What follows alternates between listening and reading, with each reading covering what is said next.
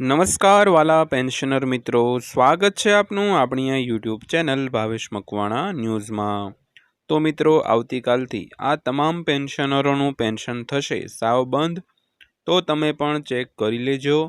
તો ખાસ કરીને એક ભૂલ છે તે તમારું પેન્શન કાયમ માટે બંધ કરી શકે છે મિત્રો। તો વિડીયોમાં આપણે વિગતવાર વાત કરવાના છીએ, એટલે વિડીયો તમે અંત સુધી જોઈ લેજો મિત્રો।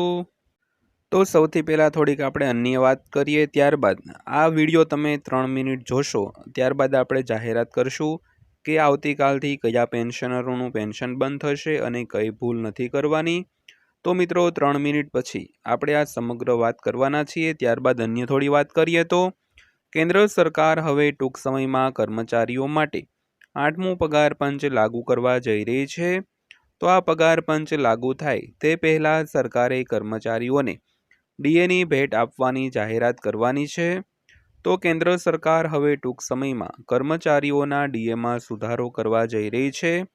તો આ અંગે સરકારે એક નવું અપડેટ પણ બહાર પાડ્યું છે, જેમાં જણાવવામાં આવ્યું છે કે કર્મચારીઓનો પગાર કેટલો વધશે મિત્રો।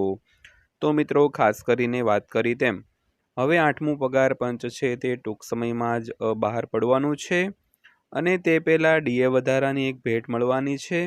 તો આ બંને મુદ્દા પર આજે આપણે ચર્ચા કરવાના છીએ। તો કેન્દ્ર સરકાર કર્મચારીઓના ડીએમાં વર્ષમાં 2 વાર સુધારો કરે છે।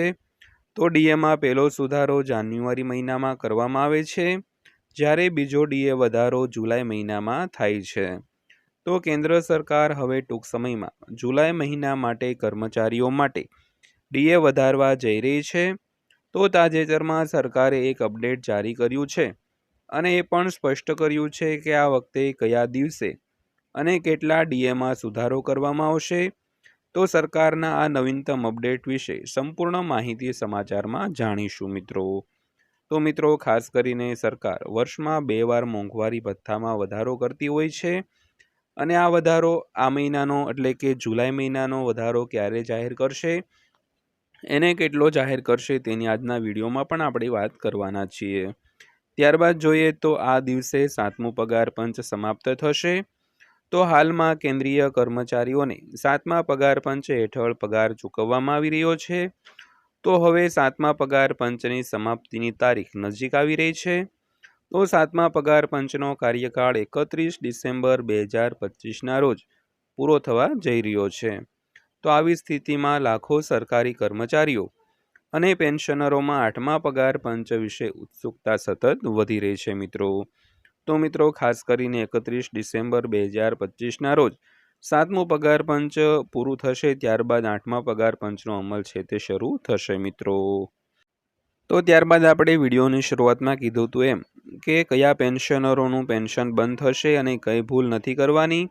તો મિત્રો, ખાસ કરીને જે પણ કોઈ કર્મચારી હોય તે પોતાની જે કામમાં ગંભીરતાનો દાખવતા હોય અથવા તો બેદરકારી દાખવતા હોય, અને પોતાનો નોકરીનો સમય દરમિયાન કોઈ પણ ગંભીર ગુનામાં દોષિત ઠરેલા હોય, તો તેવા પેન્શનરોનું પેન્શન અને ગ્રેચ્યુઇટી છે તે સરકાર કાયમ માટે બંધ કરી શકે છે।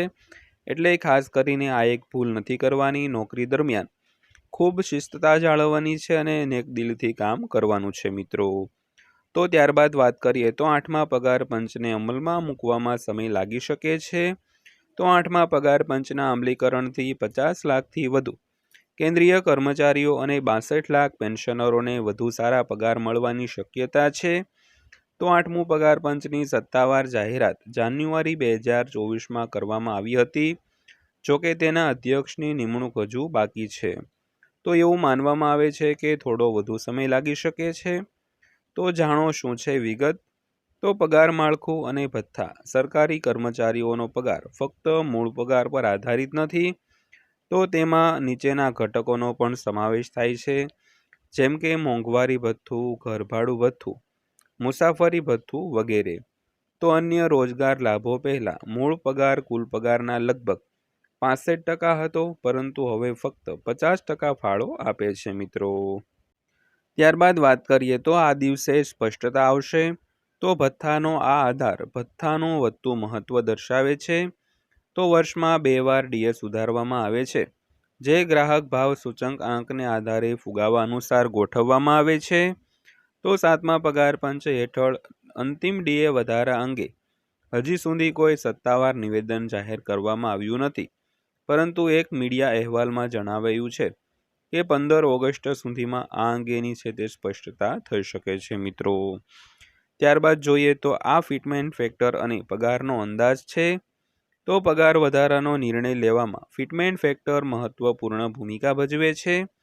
તો સાતમા પગાર પંચે તેને 2.57 નક્કી કર્યો હતો. જોકે એમ્બિટ કેપિટલના અહેવાલ મુજબ આઠમા પગાર પંચમાં 1.83 થી 2.46ની વચ્ચે ફિટમેન્ટ ફેક્ટર છે તે પ્રસ્તાવિત કરી શકાય છે મિત્રો.